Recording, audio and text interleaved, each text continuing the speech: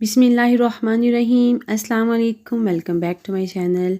आज बन रहा है जी मेरे किचन में कद्दू का हलवा। इसको लौकी का हलवा भी कहते हैं। तो बहुत मज़ेदार, ज़बरदस्त, यमी सा। तो चलें स्टार्ट करते हैं। चलते हैं जी रेसिपी की तरफ। मैंने लिए थे जी 2 कद्दू और इसके साथ मैंने ली थी जी चीनी, और डिस्क्रिप्शन बॉक्स में मैं इनके क्वांटिटी ऐड कर दूँगी। साथ मैंने लिए थे बादाम, पिस्ता और इलायची पाउडर और बटर। यहाँ पे जी जल्दी से कद्दू छीलने के बाद मैंने इनको कद्दूकश किया है, और जब मैंने कद्दूकश किया है तो इसका जो ग्रीन पार्ट है वो मैंने ले लिया था, और इसमें जो वाइट पार्ट था वो मैंने नहीं लिया जिसमें बीज थे। ये देखें जी, बीज वाला हिस्सा जो है वो मैंने रिमूव कर दिया है, और सिर्फ मैंने जो है इसका ग्रीन पार्ट लिया है और उसको मैंने कद्दूकश कर लिया है। और ये तकरीबन 500 ग्राम है। कद्दूकश करने के बाद मैंने इसको मेजरमेंट की थी तो ये जस्ट 500 ग्राम था। और यहाँ पे जी हांडी में मैं 2 कप दूध डाल रही हूँ। वो तकरीबन 500 ग्राम दूध है जो इसमें मैं ऐड कर रही हूँ।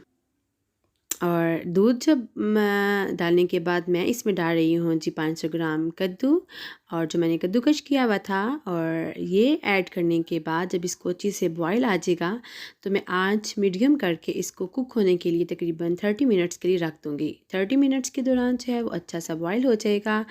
और यहाँ पे जी मैं बना रही हूँ खोया, और खोया बना रही हूँ आज मैं रिकोटा चीज़ से। आप भी ज़रूर ट्राई कीजिएगा। रिकोटा चीज़ से बहुत अच्छा सा खोया बनता है।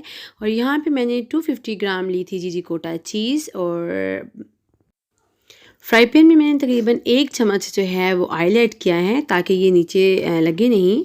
सिर्फ 1 चम्मच या चंद ड्रॉप्स ऑयल को डालने के बाद इसमें मैंने ऐड की है रिकोटा चीज़। और रिकोटा चीज़ में मॉइस्चराइज़र बहुत ज़्यादा होता है, और इसको आपने हल्की आंच पे जो है वो कुक करना है तकरीबन 20 से 25 मिनट। और 20 से 25 मिनट आपने इसको लगातार चम्मच पे चलाते रहना है।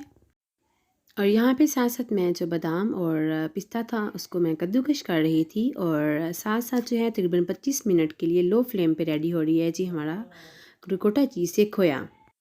और खोया रेडी होते-होते साथ में आपसे आज की अच्छी बात भी शेयर करूँगी।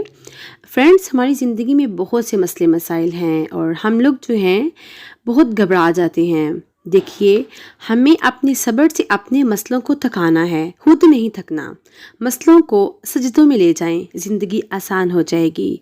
परेशानियों में खुदा की मसलहतें होती हैं जो हम फ़ौरन नहीं समझ सकते। ये यकीन रखना चाहिए कि वो रब असबाब पैदा करने वाला है। वो आसानियाँ ज़रूर पैदा करता है। जल्दबाजी और बदगुमानी हमें छोड़ देनी चाहिए। शुक्र करना सीखेंगे, ज़िंदगी आसान हो जाएगी। ये यकीन पैदा खुद में करें कि हम खुशकिस्मत हैं। ये सोचें, आई एम लकी। ज़िंदगी आपकी आसान और पुरसुकून हो जाएगी। और यहाँ पे जी अच्छा सा जो इसका मॉइस्चराइज़र है वो ड्राई हो गया था, और हमारा जो खोया है वो ऑलमोस्ट डन हो गया था। तो इसको मैं डिश में निकाल रही हूँ, और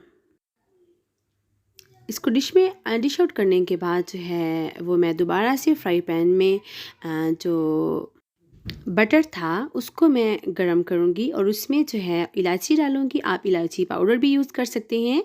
और इलायची डालने के 1 चम्मच जस्ट ऑयल डालूँगी ताकि बटर जो है वो बर्न ना हो। 1 चम्मच ऑयल डालने के बाद 2 से 3 अदद जो मैं इलायची मैंने इसमें डाली, और थोड़ा सा वो जब इलायची जो है वो गर्म हो गई तो मैंने इसमें डाल रही हूँ तकरीबन 100 ग्राम बटर।